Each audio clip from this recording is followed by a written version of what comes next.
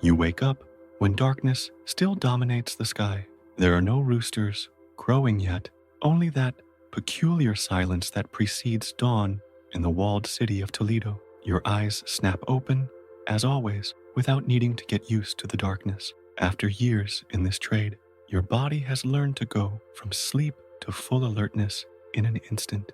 The straw mattress creaks under your weight as you sit up, and you feel that familiar ache in your lower back, a consequence of always sleeping with a dagger hidden under the sheets. It's not comfort you're seeking, but survival. The room is small and austere, as it should be. Nothing to draw attention, nothing to suggest who you really are. The stone walls ooze moisture, creating that musty smell that has become your constant companion. The window, barely a narrow opening, lets in the first hints of dawn. You calculate that it's 2 hours until the streets fill with life, enough time to prepare to become someone else. Today you'll be Mateo, the spice merchant from Valencia. Yesterday, you were Diego, the scribe. Tomorrow, who knows? The water in the sink is icy cold and hisses through your teeth as you splash it over your face. The cold clears your mind, anchors you to reality. You need to be completely alert. While you dry yourself with a rough cloth, you mentally review the information you need to gather today. Rumors about the French ambassador, troop movements on the northern border, any whispers of plots against King Philippe. Your memory is your most valuable tool. You never write down real names or meeting places. Papers can be found, memory cannot. You dress with deliberate slowness, paying attention to every detail. The coarse linen shirt, slightly worn at the cuffs, but clean, as would befit a modest but prosperous merchant. The dark cloth breeches, the leather boots worn by the road but well cared for. Nothing ostentatious, nothing that stands out, but not so shabby as to be ignored by those with the information you seek. Each garment is a calculated decision, part of the identity you construct. The small, stained mirror reflects the image of an ordinary face, deliberately forgettable. You've learned to modify your expressions, to change the way you smile, the way you frown. Today, your hair is styled differently, letting a lock of hair fall over your forehead. Small details that confuse the memory of those who see you. You rub your cheeks vigorously to redden them slightly, like someone accustomed to the outdoors. The scar on your chin, you can't hide that, but you've turned that weakness into a strength. Each identity you adopt has a different story to explain it. You eat a piece of stale bread and aged cheese in silence, chewing methodically. Food is fuel, nothing more. There is no pleasure in these hurried bites, only need. You drink some watered wine to settle your stomach. The acidic taste makes you wince. While you eat, you listen. The noises from the inn begin to intensify. Footsteps upstairs, the creaking of a door, muffled voices. You catalog each sound, separating the usual from the unusual. Nothing alarms you this morning, but your vigilance never ceases. Before leaving, you check your tools. The main dagger, hidden in your right boot. The thin stiletto in your left sleeve, so thin it's barely noticeable under the fabric. The coin pouch, divided into 2 compartments, one visible for everyday transactions, the other hidden with the gold coins that could buy you information, or if necessary, a quick escape. On your belt, hidden in the folds of your shirt, you carry a small vial of invisible ink, and in your memory, the codes and signals that will allow you to communicate with your contacts without compromising words. The morning air hits your face as you open the inn door. It smells of freshly baked bread, mixed with the stench of waste in the narrow street. Toledo is awakening.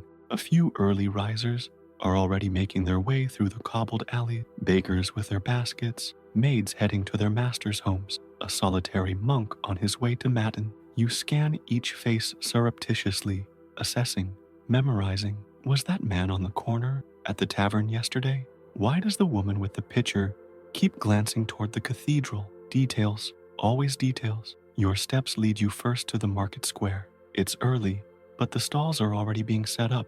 The noise of merchants discussing prices, the constant haggling, the laughter, and insults create the perfect camouflage. You stop in front of a spice stand, feigning interest in the quality of the pepper. The vendor, a man with weathered skin and calloused hands, recognizes you without showing it.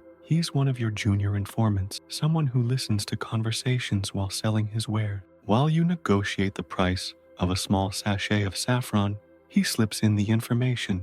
The captain of the guard was drinking last night. He talked more than he should about a shipment arriving from the Indies. You nod imperceptibly as you pay a few coins for the saffron you don't really need. Information is worth far more than that. You continue your tour of the market, stopping here and there, constructing the appearance of a merchant, assessing the competition. Your ears pick up snatches of conversation, complaints about the new taxes, rumors about the king's health, murmurs about the French ambassador, and his frequent meetings with a certain Toledo nobleman of questionable loyalty. Each piece of information is carefully filed away in your memory, like tiles in a mosaic that only you can interpret. The cathedral chimes the third hour with its imposing bells. The sound reverberates through the narrow streets, making you instinctively check the position of the sun. It's time for your first important meeting of the day. You head toward a small tavern near the Tagus River. The place is dark even in broad daylight, with small windows that barely let in any light. The smell of spilled wine and sweat hits you as you enter. It takes your eyes a few moments to adjust to the dimness. You look for a specific table in the corner farthest from the door.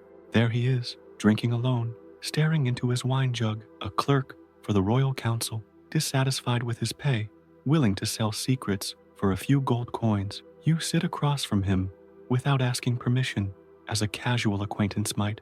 You order wine from the innkeeper with a gesture. The clerk doesn't look at you directly, but you notice his fingers nervously tapping the table. He's scared, more so than usual. When the innkeeper walks away, he finally speaks, in a whisper, barely audible over the background noise. They've discovered Rodrigo. They found him this morning, in the river. His tongue had been cut out before they killed him. A chill runs down your spine. Rodrigo was another informant, a palace guard. If they discovered him, they could be following the trail to other contacts. To you, you keep your face impassive as your mind quickly assesses the implications. How much did Rodrigo know? What names might he have revealed under torture? The feeling of imminent danger, that pressure in your chest you know so well, intensifies, but you can't afford the luxury of fear. Not now. What else do you know about Rodrigo? You ask quietly, pretending to drink from your mug. The wine is sour, but you barely notice. Your attention is completely focused on the man in front of you, on every nervous twitch of his face, on the sweat that beads on his forehead despite the morning chill. The clerk swallows before answering, and that simple gesture tells you more than his word. He's terrified, considering whether he should be talking to you, whether he might be digging his own grave by doing so. They say they interrogated him all night, he finally murmured, leaning so far across the table you can smell the garlic on his breath. In the chambers beneath the palace, no one knows exactly what he revealed, but this morning, Captain Mendoza ordered the arrest of 3 people, a silk merchant, a priest from San Miguel, and the widow of a former advisor. You absorb the information, your face impassive, though inside, you're calculating frantically. None of those names are directly connected to you, but the priest, he knows one of your key contacts. The network could be becoming compromised. You slip the clerk a gold coin under the table, feeling the tremble of his fingers as he takes it. I need names, you insist. Who's leading the investigation? The man looks around nervously before leaning closer. Don Alonso de Guzman, he whispers, and you feel your stomach clench. Guzman, the king's new favorite, known for his ruthless efficiency and methodical cruelty. A man who will stop at nothing to get what he wants. A man who, according to your own reports to the secret council, could be playing a double game with the French crown. You rise unhurriedly, leaving a few coins on the table to pay for the barely tasted wine. Be careful, the clerk warns, not looking at you directly. They're looking for someone who fits your description. A man of average height with a scar on his chin. Your scar, the one characteristic you can't easily change. You nod almost imperceptibly and step outside, merging into the growing flow of people. Your mind is racing, evaluating options, calculating risks. You need to change your plans for the day, but doing so too abruptly could arouse suspicion. The sun is already high when you arrive at the small church of San Lucas. The coolness of the interior is a relief after the rising heat of the streets. You kneel in a back pew, pretending to pray as you survey the space. There are few people at this hour. Two old women murmuring rosaries, a man dozing in a corner, probably seeking refuge from the heat, and she kneeling near the altar with her black veil and perfect posture, the Dowager Countess of Altamira, your most valuable and most dangerous contact, a woman whose eyes and ears reach the most intimate corners of the court thanks to her network of ladies-in-waiting, servants, and occasional lovers. You approach the confessional and wait your turn.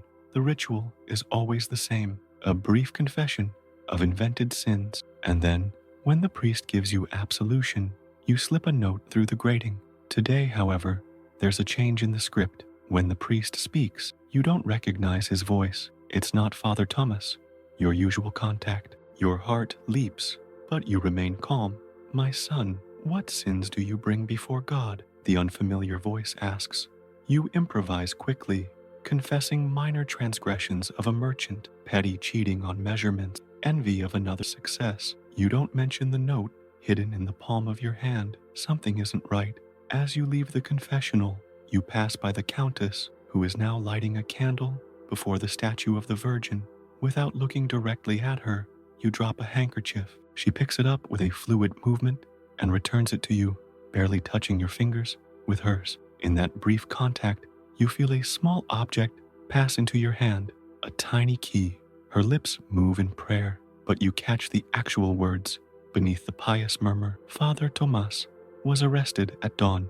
Mendoza knows about the confessional. Go to the house on Calle del Pozo.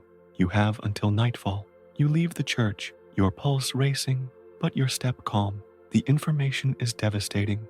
If they've discovered the confessional system, a large part of your network is compromised. You need to warn your other contacts, collect compromising documents, and possibly leave Toledo before nightfall.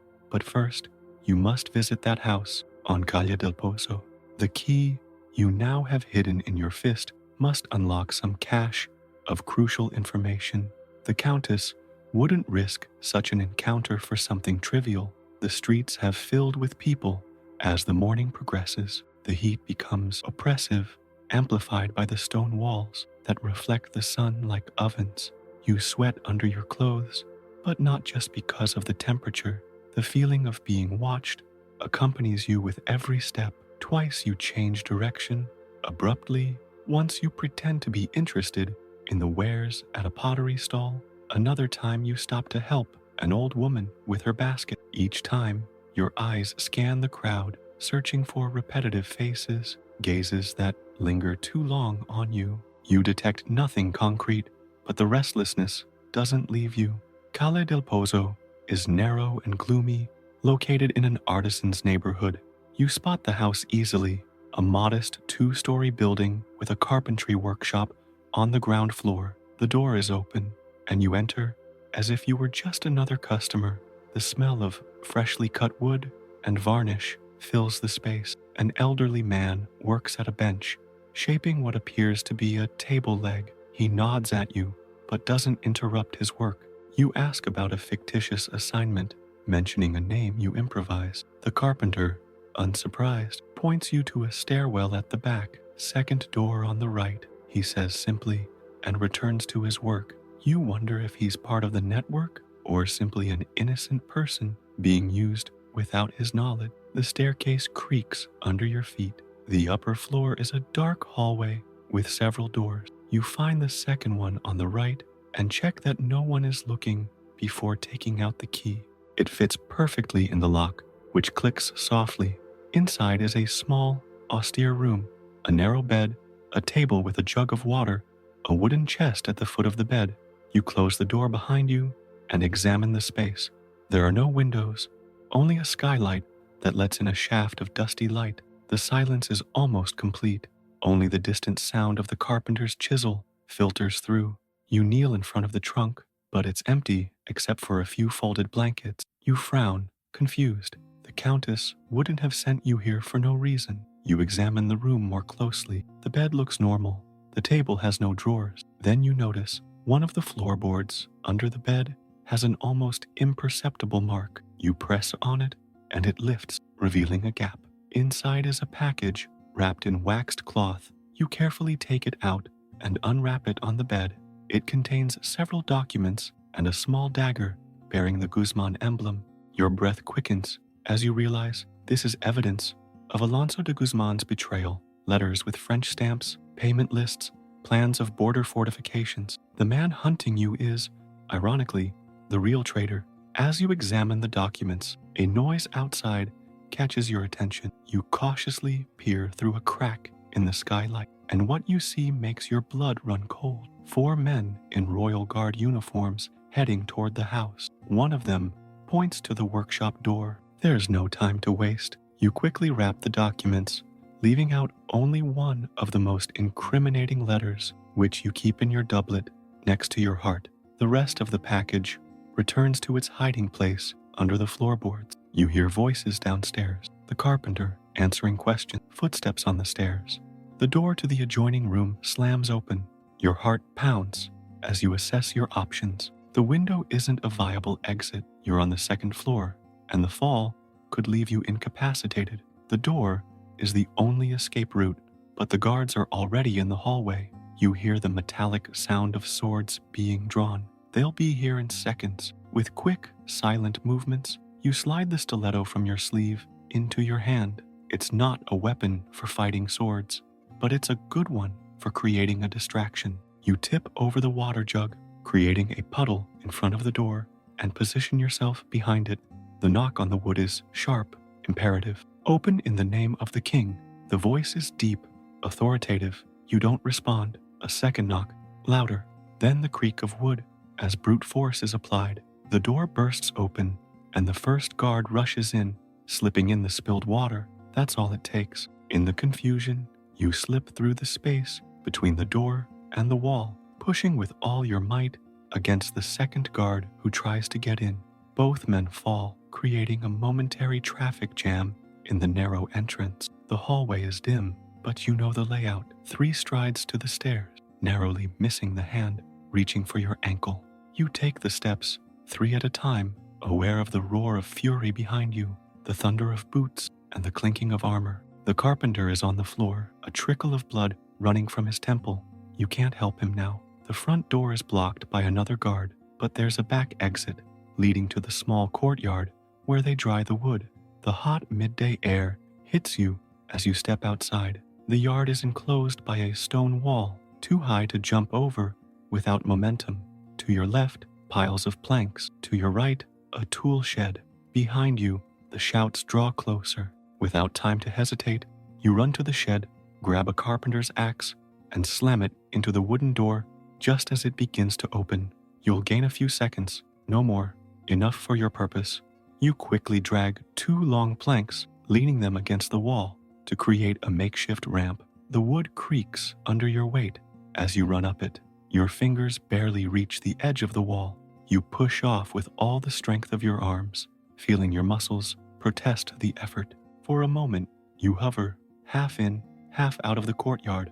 A shout behind you, the whistle of a crossbow. Sudden pain in your left shoulder, but adrenaline makes it a secondary concern. You drop down on the other side of the wall into a narrow, smelly alley. There's no time to examine the wound. The crossbow bolt protrudes from your shoulder, but it doesn't seem to have hit anything vital. You break it off, leaving the point inside to prevent further bleeding. Every movement sends waves of pain up your arm, but you force yourself to ignore it. You hear the guards trying to break down the shed door. They'll soon discover your escape route. You need distance, confusion, and most of all, a change of appearance. You delve into the labyrinth of alleyways in the Jewish quarter. The streets are so narrow that at some points you can reach out and touch both walls, perfect for losing pursuers, for disappearing between twists and turns.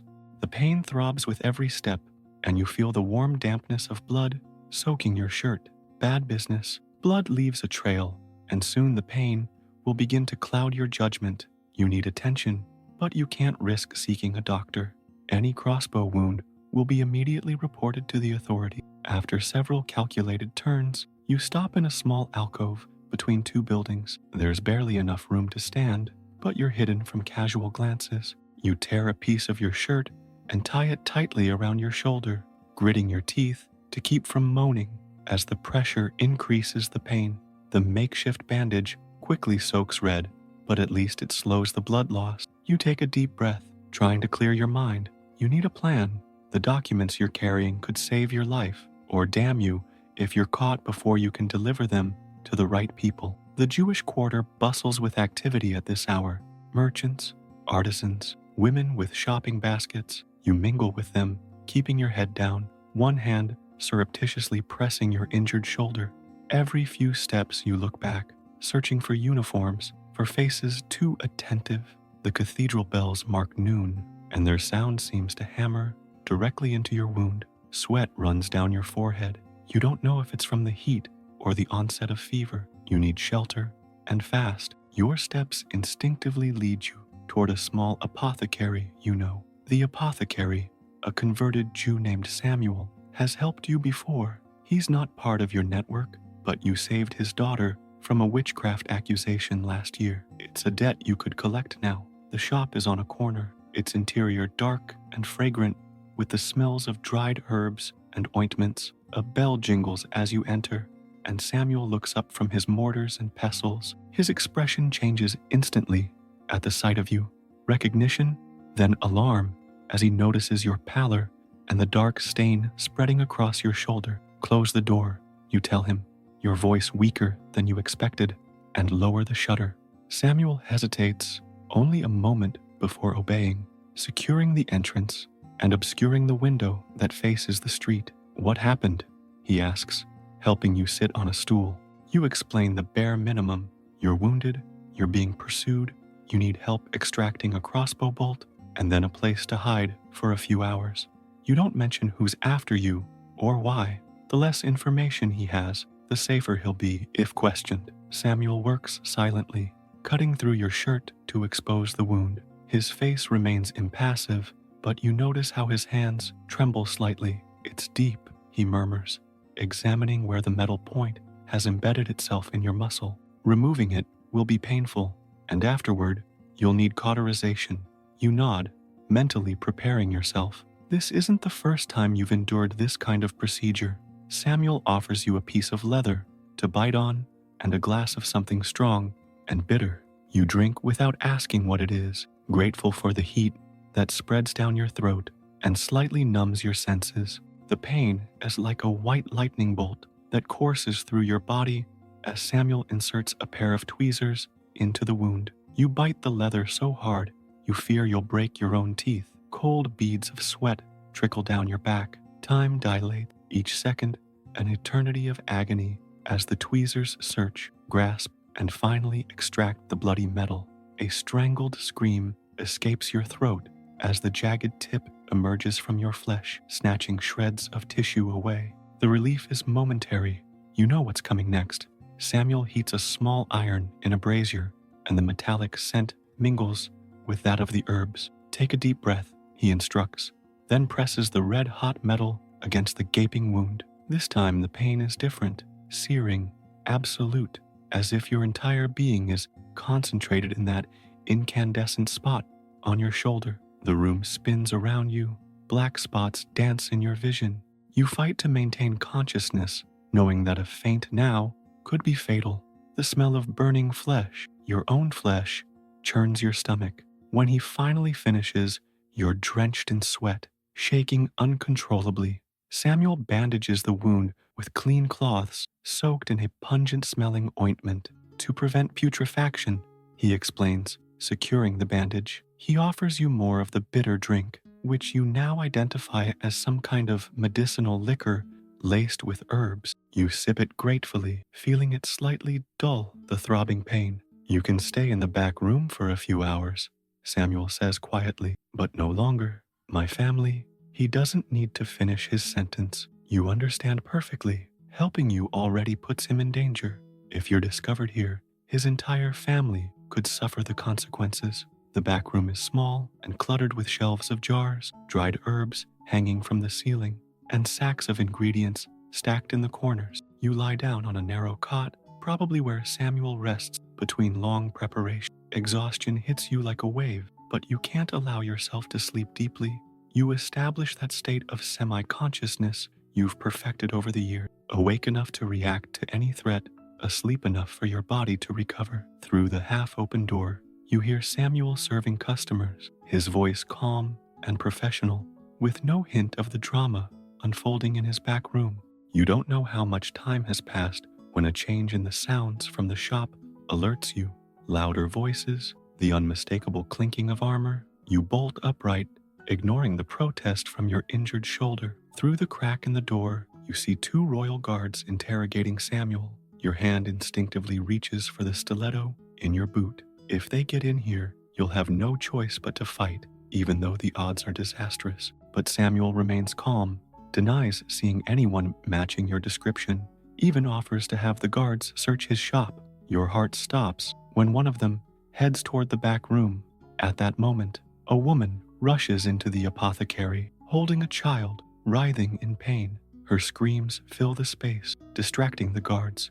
"My son, he's poisoned himself with belladonna berries," the woman exclaims, desperate. The guards back away, uncomfortable with the scene. Samuel takes the boy, examines him quickly, and begins to prepare an antidote with precise movements. "This is urgent, gentlemen," he says authoritatively. "If I don't act quickly, the child will die."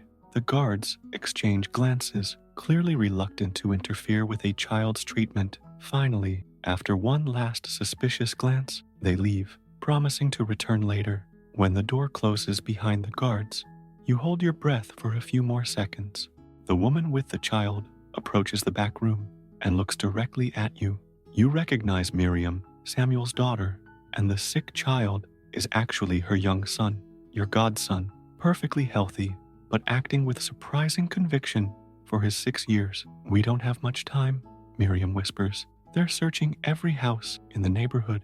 They have your description and know about the injury." Her face displays a mixture of fear and determination that feels painfully familiar. Samuel returns from securing the main gate. "We must move you," he says quietly. "They've posted guards at all the city gates. No one enters or leaves without being checked. This news sends your mind racing. The documents you're carrying must reach the secret council before nightfall, or it will all have been for nothing. And if Guzman manages to silence you before then, his betrayal will never come to light. I need to get to the Archbishop's palace," you murmur, aware of how impossible that sounds. The Archbishop's palace is where the council meets in the king's absence, but it will be just as heavily guarded as the city gates. "There's a way," Miriam says after a moment of silence. "The tunnels." You sit up, interested, despite the pain the movement causes in your shoulder. The tunnels are almost an urban legend in Toledo. Underground passages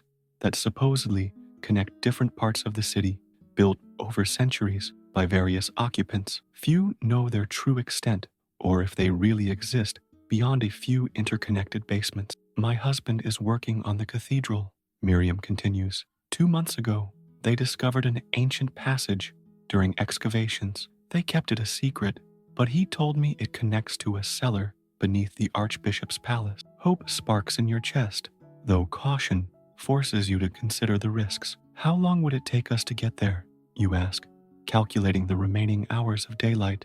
"An hour, maybe more," Miriam replies. "The tunnels aren't straight, and some sections are partially collapsed." You nod, making a decision. You have no better options. Samuel seems to read your thoughts and begins preparing a small package: clean bandages, a jar of ointment, bread, and cheese wrapped in cloth. "For the road," he says simply, avoiding your gaze. You know he's thinking about the risks his family takes by helping you. Miriam hands you clean clothes, a simple, dark brown tunic, similar to what novices or students at the cathedral school would wear. "To hide the blood and the bandage," she explains. You shift from your tattered shirt to the tunic, grateful for the cool fabric against your feverish skin. The movement rekindles the pain in your shoulder, but you grit your teeth and endure it silently. There's no time for weakness. Samuel offers you one last drink of his medicinal concoction. "For the pain," he says, "and to give you strength." you'll need it. The boy is sent to watch the street from a back window, while Miriam guides you to a trapdoor hidden under a rug in the far corner of the back room. The wood creaks as it's lifted, revealing a narrow staircase descending into darkness. The smell of dampness and old earth rises from the hole, mixed with something older and harder to identify. Samuel lights a small oil lamp and hands it to you. Follow the main tunnel, Miriam instructs. Ignore the forks. When you reach a room with 3 archways, take the one in the center. It will lead you to a wall with a carved cross. Push through it, and you'll be in the palace cellars. You bid a silent farewell, aware that these people are risking everything to help you. If I don't return, you begin, but Samuel interrupts you. You will return, he states, with more confidence than he probably feels. And when you do, remember that my daughter still dreams of opening her own apothecary. A royal permit would be a good payment for our services. You smile through the pain and tension. Even in the darkest moments, life goes on, with its small ambitions and hopes. You descend the staircase, which is deeper than you expected. The lamp casts dancing shadows against the damp stone walls. When your feet finally touch the tunnel floor, you hear the trapdoor close above your head. The feeling of isolation is immediate and oppressive. The tunnel is narrow, barely high enough for you to walk upright. The walls ooze moisture, and in places, small rivulets crisscross the packed earth floor. The air is thick, with a smell of mold and antiquity that sticks in your throat. You advance cautiously, aware of every sound, the steady drip of filtered water, the occasional squeak of unseen rats, your own footsteps muffled by the earth. The lamplight barely illuminates a few meters ahead, leaving the rest in impenetrable darkness. The tunnel twists and gradually descends, delving deeper into the bowels of the city. Sometimes you pass under Roman brick arches, other times under sections reinforced with ominously creaking wood.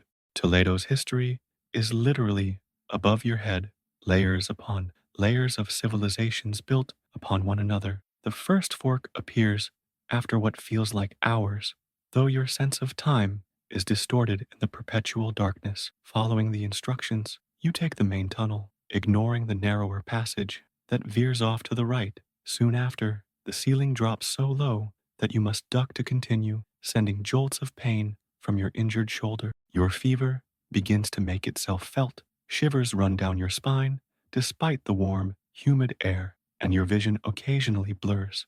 You force yourself to stay focused, mentally repeating Miriam's instructions like a mantra. A sudden noise stops you in your tracks. Distant voices, the echo of multiple footsteps. You instinctively turn off the lamp, plunging into a darkness so absolute you can feel it pressing against your eyes. The voices grow closer, now accompanied by the faint glow of torches. You flatten yourself against the tunnel wall in a small niche formed by erosion. Your hand reaches for the stiletto, though you know it would be of little use against multiple opponents in this confined space. The voices become clearer. 2 men arguing over some cargo that must be moved before dawn. Smugglers, probably, using the tunnels to avoid the taxes at the city gates. They pass so close that you could touch them with an outstretched arm. The light from their torches briefly illuminates your hiding place, but they are too absorbed in their conversation to notice your presence. You hold your breath until the sound of their footsteps fades in the distance. Only then do you allow yourself to exhale slowly, feeling your heart hammer in your chest. You relight the lamp with trembling hands and continue on your way, now with greater urgency. The encounter with the smugglers has reminded you that you're not the only one who knows these passages, and if they use them, Guzman may also know of their existence. The thought of being trapped down here with no escape makes your skin crawl. The tunnel begins to widen, and soon you find yourself in a larger chamber where several passageways converge. The 3 arches Miriam mentioned rise before you, their stones worn by centuries of damp and neglect. Following the instructions, you take the central archway. This new tunnel is different. The floor is paved with worn stone slabs, and the walls bear remnants of ancient frescoes, now barely visible beneath layers of mold and saltpeter. You move faster, driven by the growing sense that time is running out. Your shoulder throbs with each step, and fever occasionally clouds your thoughts, but you cling to the image of the carved cross you must find. The letter you hold against your chest seems to burn your skin, a constant reminder of what's at stake. Finally, after what seems like an eternity in the stifling darkness, the tunnel abruptly ends at a stone wall. In the flickering light of your lamp, you make out the outline of a cross carved into the rock. You rest your hand on it, feeling the coldness of the stone against your feverish palm. You push, first gently, then harder. For a terrible moment, you believe the information was incorrect, that you've reached a dead end. Then, with a screech of stone against stone, the wall begins to move, pivoting on an invisible axis to reveal an opening. The light momentarily blinds you. After so much time in the gloom, you blink, gradually adjusting to the relative brightness. You're in a spacious cellar with wine barrels lined up against the walls and torches on iron stands providing illumination. The air is noticeably fresher, with aromas of wine, candle wax, and dry stone. You've reached the cellars of the Archbishop's palace. Now comes the most dangerous part, finding the right member of the secret council without being discovered by Guzman's guards. You turn off the lamp and hide it and Samuel's package behind a barrel. You don't need any more weight than necessary, and those objects could give you away. You take a moment to catch your breath and gather your thoughts. The palace will be full of servants, guards, and courtiers. You need to blend in, to go unnoticed, despite your condition. You adjust your tunic to better hide the bandage on your shoulder and wipe the sweat and dirt from your face with a piece of cloth. The fever makes your movements less precise than usual, but you force yourself to maintain your composure. A stone staircase leads up from the cellar. You hear voices and occasional footsteps on the upper floors. It's midday, which means the council might be meeting in the chapter house. Don Francisco de Mendoza, your main contact on the council, should be there. If you can reach him and deliver the letter, all the suffering will be worth it. You take a deep breath, ignoring the stabbing pain in your shoulder, and start up the steps, stepping deeper into the lion's den, hoping your fangs are sharp enough to survive. The corridor you reach is surprisingly deserted. Tapestries depicting biblical scenes cover the walls, muffling your footsteps on the polished stone floor. You move with your head slightly bowed, as would befit a novice or a low-ranking servant. In the distance, you hear the murmur of activity, servants coming and going, orders being given, the normal rhythm of a palace in full operation. Each time you hear footsteps approaching, you find a niche between columns or stop to examine with false devotion one of the religious paintings adorning the corridor. Your knowledge of the palace, memorized from plans and previous visits under other identities, guides you toward the chapter house. It's in the east wing, near the Archbishop's private chapel. With each step that brings you closer to your destination, the presence of guards increases. They are not the usual ones in archiepiscopal livery, you note with concern, but men bearing the Guzman emblem. Your pursuer has extended his influence even here, into the heart of ecclesiastical power. The letter in your chest seems to weigh a ton now, aware that its mere possession would mean a slow and painful death if you are discovered. Turning a corner, you find yourself facing two guards flanking an ornate door. The chapter house, your destination, but completely inaccessible. The guards eye you suspiciously, their hands instinctively moving to the hilts of their swords. Your mind works frantically, evaluating and discarding options. Attacking would be suicidal. Trying to pass as a servant would be too risky in your current state. You need another avenue of access, another way to reach Don Francisco. You bow respectfully to the guards and walk away, as if you've simply taken a wrong turn. Your mind scans the palace layout, searching for alternatives. The chapel. If the council is in session, Don Francisco will attend vespers in the private chapel at dusk. It's tradition for counselors to pray before making important decisions. If you can wait until then, you might find him in a less guarded setting, But dusk is still hours away, and your condition is worsening by the moment. The fever makes your thoughts muddled, and the wound has begun to bleed again, a dark stain slowly spreading across the fabric of the robe. You need a place to hide and regain your strength. Your steps lead you toward the palace library, a place where a novice student wouldn't attract much attention. The door is ajar, and you slip inside with relief to find it almost empty. Only an elderly priest dozes in a corner, surrounded by scrolls. The tall bookshelves create a labyrinth of shadows and nooks, perfect for hiding. You head to the back of the room, where the light from the windows barely reaches, and sink down onto a wooden bench, exhausted. The pain in your shoulder is now a constant presence, a fire that consumes your energy. You know the wound needs attention, that the fever is a sign that the infection is beginning to spread. But you can't seek help. You can't trust anyone except Don Francisco. You lean your head against the cold stone wall, trying to clear your thoughts. The priest continues to doze, oblivious to your presence. For a moment, the stillness of the library, the smell of old parchment and candle wax, transports you to a simpler time, before you became what you are now, a man without a name, a shadow among shadows. A noise alerts you, footsteps approaching the library. You straighten, ignoring the protests of your aching muscles, and pretend to be absorbed in a book you hastily take from a nearby shelf. The door opens fully, and two men enter. One wears the scarlet robes of a cardinal. The other, younger, wears elegant Castilian-style clothes. Your heart leaps as you recognize them. Cardinal Sandoval, a member of the secret council, and his nephew, a young nobleman whose name you don't remember. He's not Don Francisco, but he is someone with direct access to the council, an unexpected opportunity. The new arrivals head toward a table near the window, deep in conversation.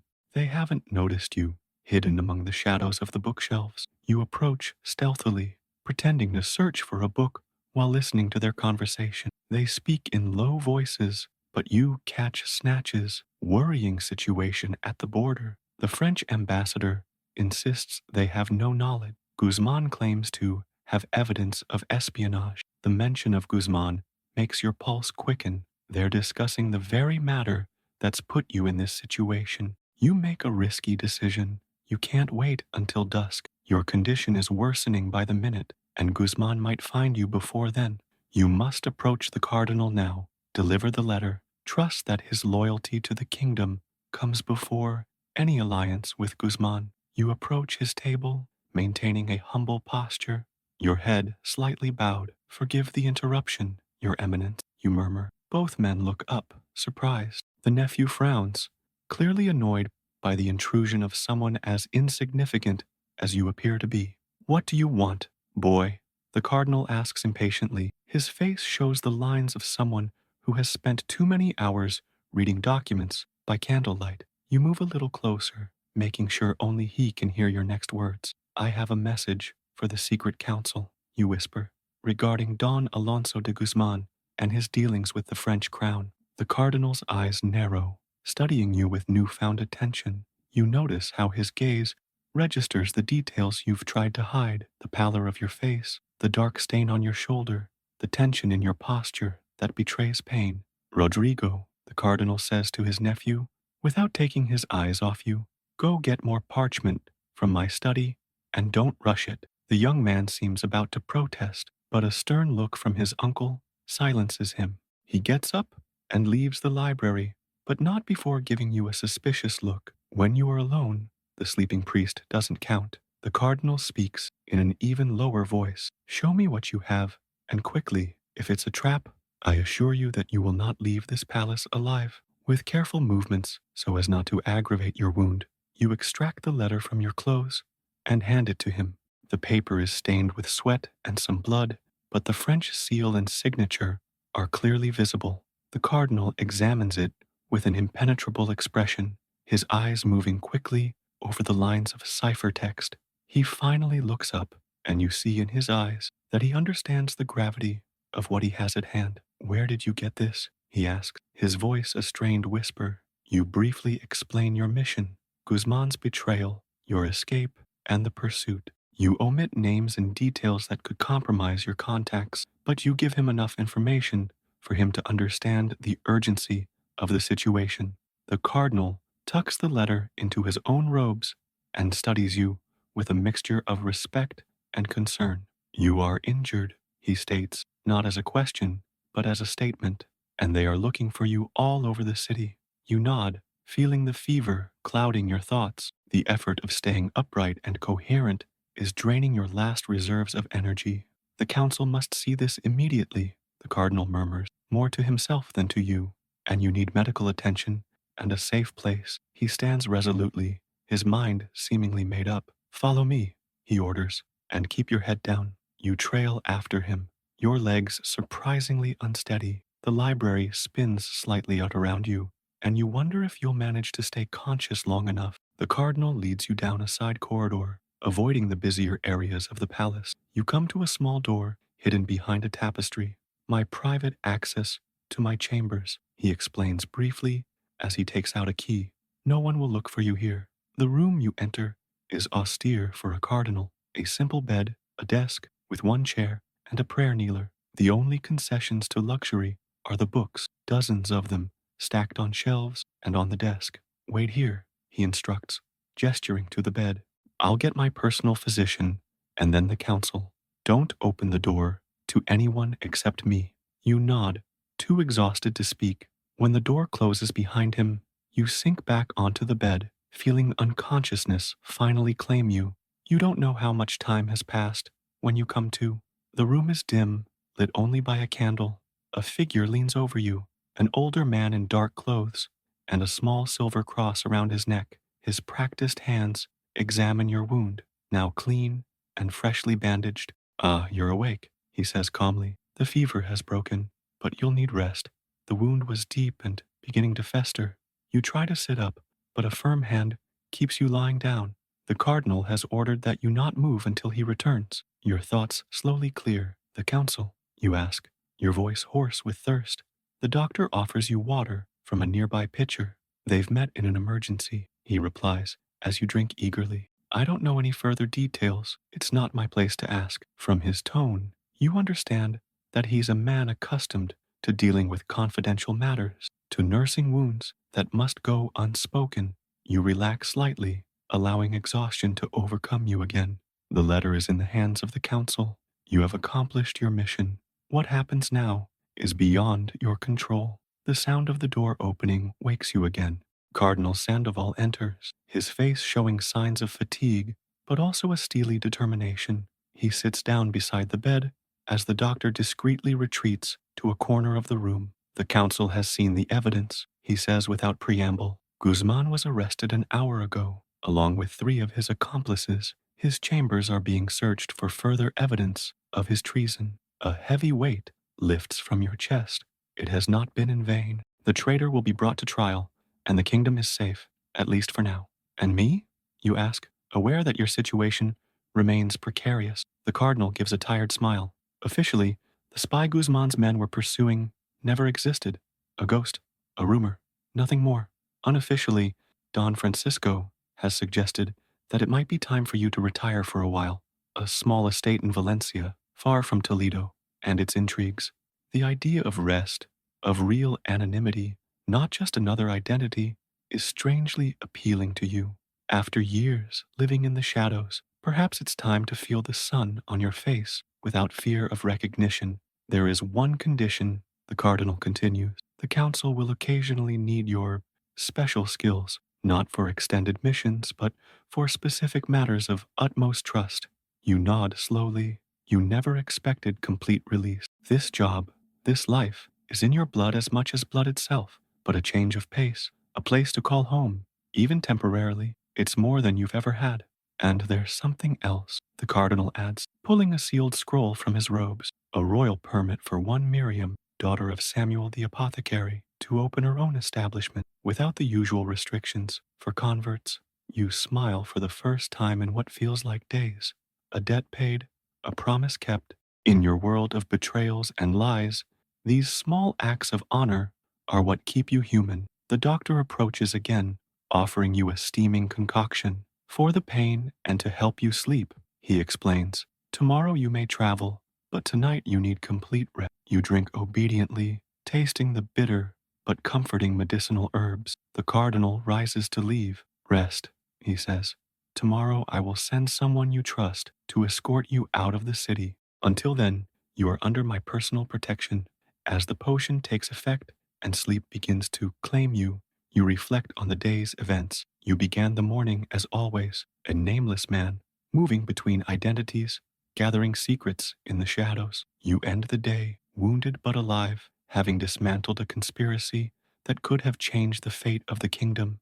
And tomorrow, for the first time in years, you will walk in the sun without needing to pretend to be someone else. At least for a while, the pain in your shoulder gradually fades under the effect of the medicine. Your last thoughts before succumbing to sleep are of those who risked their lives to help you: Samuel and his family, the widowed countess, the carpenter, whose name you never learned. In your world of deceit and betrayal, these acts of loyalty and courage are treasures more valuable than all the gold in the kingdom. And as darkness envelops you, you allow yourself, for the first time in a long time, to dream of a future that could be yours. The Alcazar's inner courtyard bustles with activity: servants, guards, lesser courtiers, all moving purposefully between the buildings that make up the palace complex. Your procession moves toward a side building where textiles destined for the royal family are stored and processed. You keep your head bowed, but your eyes never stop moving, assessing the surroundings, searching for your escape route from the group. Your timing must be perfect. Too early, and you'll attract attention. Too late, and you'll miss your opportunity. The opportunity arrives when the procession passes near a small, decorative fountain surrounded by ornamental shrubbery. A group of court ladies approaches from the opposite direction with their flowing gowns and retinue of maids, creating momentary confusion. It's the chaos you need. You slip into the bushes, dropping the bundle behind them, and move quickly, but without running toward a side passage. You know well, no one shouts, no one points at you. The maneuver has been successful. The passageway is narrow and rarely used, connecting the service area with the private garden. At this hour, with the sun still high, the gardens will be empty. The nobility prefers to stroll in the evening. When the heat subsides, you move along the wall, taking advantage of every shadow, every nook and cranny. Your shoulder throbs painfully with every movement, reminding you that you are far from optimal.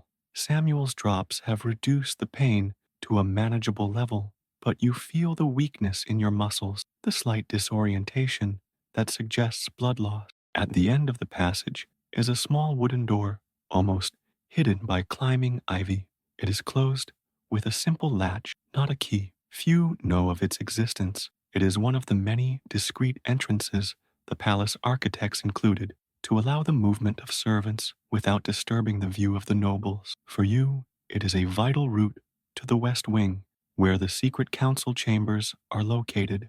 You open the door carefully, checking that no one is in the small walled garden beyond. The garden is deserted, just as you expected. Carefully arranged flower beds, cypress trees trimmed in geometric shapes, a small pond with goldfish. The beauty of the place contrasts starkly with your situation. You cross quickly, keeping close to the wall, until you reach another door at the opposite end. This one is locked, but you know the trick: a loose tile by the threshold, and beneath it, an iron key. Your fingers find it instinctively, and seconds later, you're inside the main building. You find yourself in a service corridor lit by narrow, high windows. The stone floor muffles your footsteps as you move forward, alert to every sound. This corridor connects to the kitchens on your left, but you turn right toward a spiral staircase that leads to the upper floors. Each step is a new challenge for your weakening body. The staircase seems endless, twisting and turning until you reach a landing on the second floor. You pause for a moment, leaning against the cold wall, breathing deeply to combat the dizziness that threatens to make you lose your balance. When you regain some strength, you continue down another corridor, this one more ornate, with tapestries on the walls and a marble floor. You are now in the noble area of the palace, where the risk of being discovered increases exponentially. Every corner could conceal a guard. Every door could open to reveal a curious courtier. You advance with extreme caution, stopping to listen before each turn. On one occasion, the sound of voices forces you to hide behind a heavy curtain. You hold your breath as two guards pass by, discussing the search for the spy who has put the entire city on alert. Finally, you reach your destination, a seemingly ordinary door, unadorned to distinguish it from others in the same corridor. To the uninitiated, it could be the entrance to a simple storage room. Few know that behind it lies the antechamber of the secret council, where the most delicate matters of the kingdom are discussed away from prying ears. You knock gently in a specific pattern.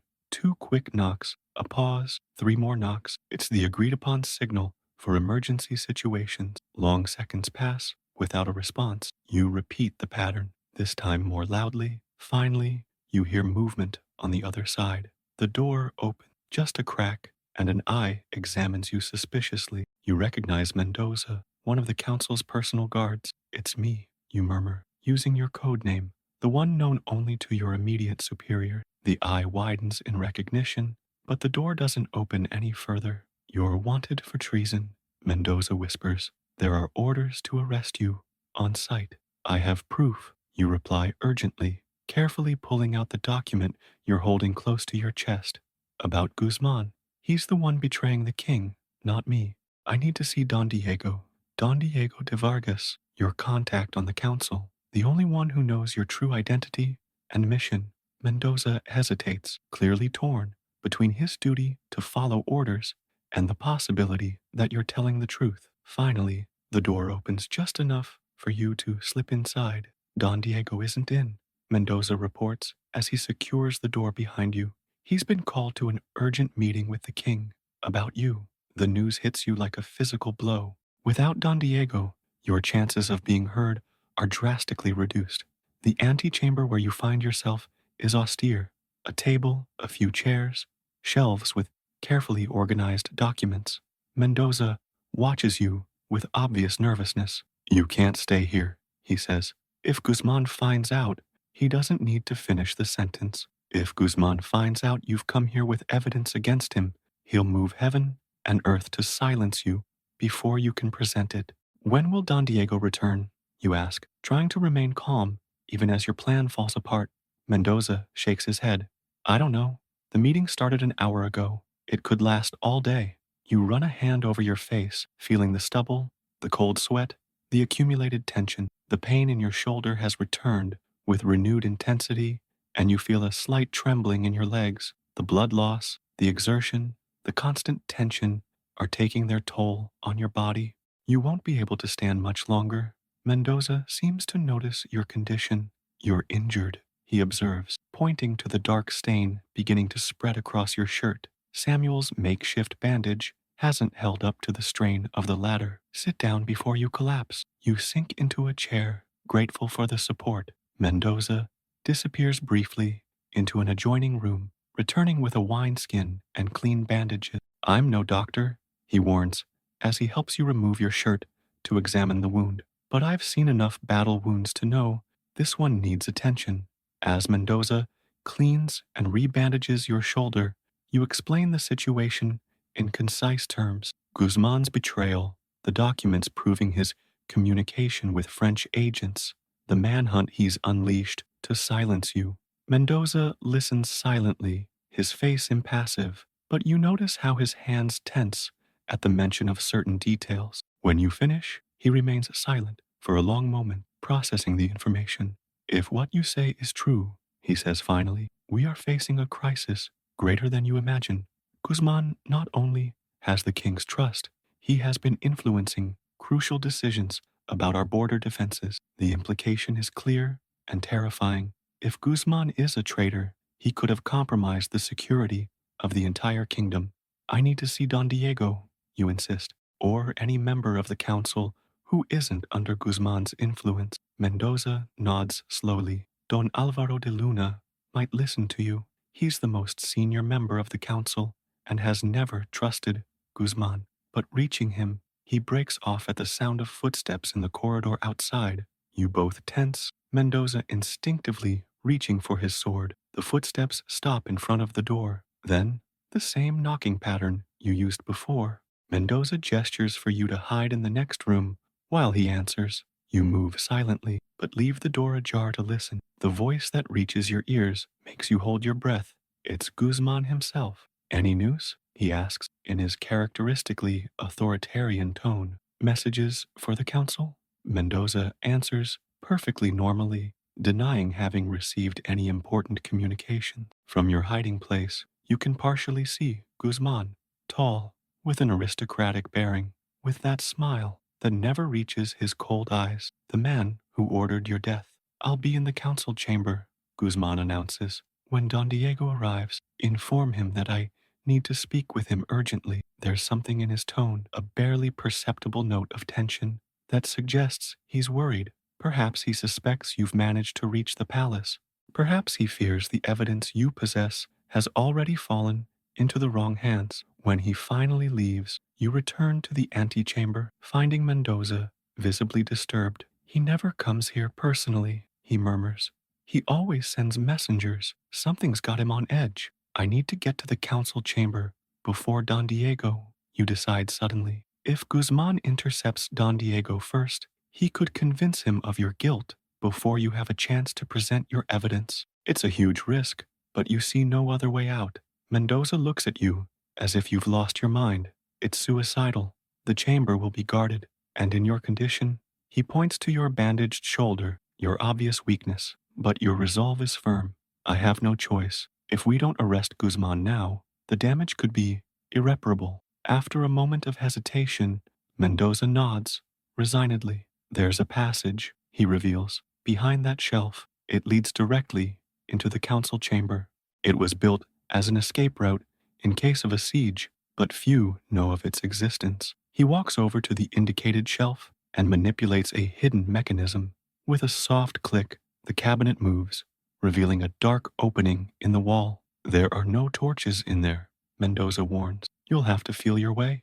It's about 20 paces straight ahead, then turn right and go up 7 steps. The exit is behind a tapestry in the council chamber. Before you can enter the passage, Mendoza stops you with a hand on your good arm. If you're captured, you never mentioned my name, he says gravely. I have family. You nod, fully understanding what he risks by helping you. Thank you, you say simply, and he responds with a brief nod before handing you a small dagger different from your stiletto. Just in case, you tuck it into your boot next to your own weapon and step into the darkness of the secret passage. The darkness is absolute, oppressive. You advance slowly, one hand outstretched, touching the wall to orient yourself. The air is thick and dusty, as if no one has walked this path in decades. You mentally count the steps, aware that one mistake could cause you to crash into a wall or fall down some unforeseen slope. When you reach 20, you turn right and find the steps, just as Mendoza indicated. The climb is painful. Each movement sends stabbing pains from your shoulder to the rest of your body, but the knowledge of what's at stake drives you to continue. At the bottom of the stairs, your hands encounter the soft texture of a tapestry. You stop, pressing your ear to the fabric to listen to what's happening on the other side. Voices, one of them, unmistakably Guzman's, speaking with authority about the threat you pose, about the need to capture you dead or alive, preferably the latter. Another voice responds, calmer, questioning the urgency. You don't recognize this second interlocutor, but his tone suggests skepticism toward Guzman's claims. This is your chance. With a decisive movement, you push aside the tapestry and emerge into the council chamber. It is an imposing room, with a large oak table in the center, surrounded by chairs carved with the emblems of the major noble houses. Tall windows allow natural light to enter, illuminating maps and documents spread out on the table. Guzman stands by the head of the table, gesturing emphatically as he speaks to a distinguished-looking old man who can only be Don Alvaro de Luna. They both turn sharply upon hearing you enter, surprise quickly giving way to different reactions. Alarm in Don Alvaro, barely contained fury in Guzman. Guards, Guzman roars, reaching for his sword, but Don Alvaro raises a hand, halting the call. Wait, he orders, with the authority that only decades of service to the kingdom confer.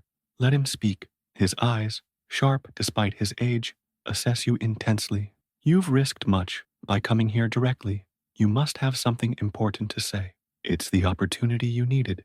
With deliberate movements, so as not to alarm either of them, you extract the document from your doublet and spread it out on the table. Treason, you say simply, pointing to Guzman's signature and seal on the letter addressed to the French ambassador. Plans for our defenses, information on troop movements, promises of support for an invasion in exchange for lands and titles when the new dynasty takes power. Don Alvaro leans over the document, his aged face showing first disbelief, then horrified understanding as he reads. Guzman, for his part, has drained all color from his face. His hand remains on the hilt of his sword, but he does not draw it, aware that to do so would be to admit his guilt. Lies, Guzman finally spits out, regaining some composure.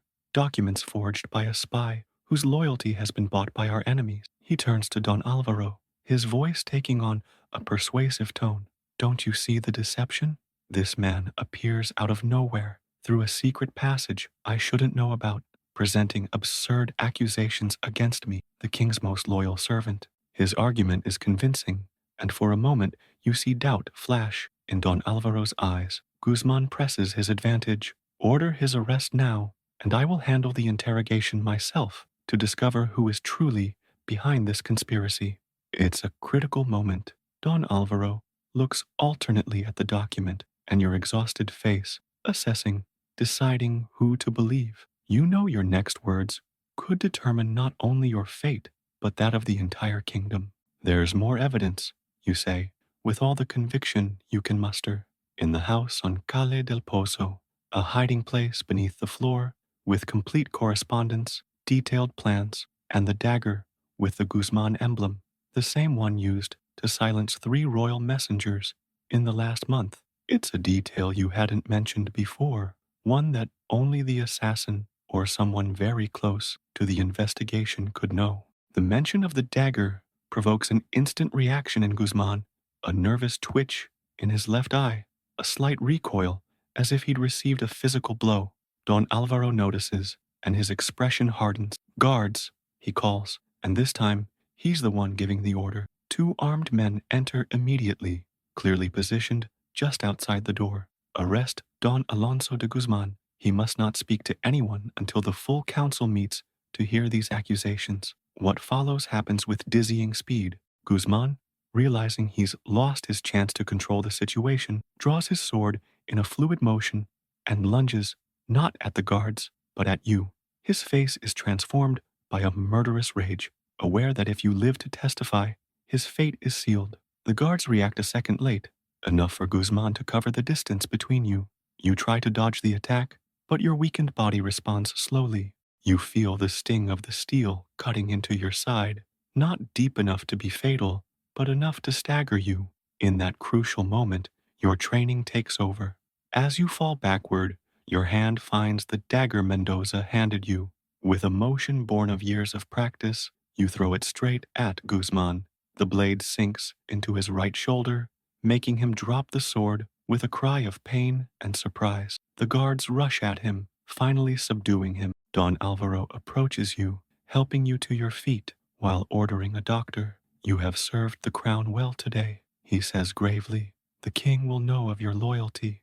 As you're led to a room to treat your wounds, you watch as Guzman is escorted in the opposite direction, his wrists now chained, his face a mask of impotent hatred. Your gazes meet briefly, and in his eyes you see the promise of revenge, but you also see fear, the fear of a man who knows his secrets have been discovered, that his betrayal will be exposed before all, that his name will go down in history as a byword for disloyalty. You sink onto the offered bed, exhaustion finally taking its toll. The royal physician examines your wounds, murmuring about infection and blood loss. You barely register his words, or the pain as he cleans and bandages your wounds. Your mind is already elsewhere, anticipating the interrogation that will undoubtedly come, the explanations you'll need to give, the reports you'll need to complete.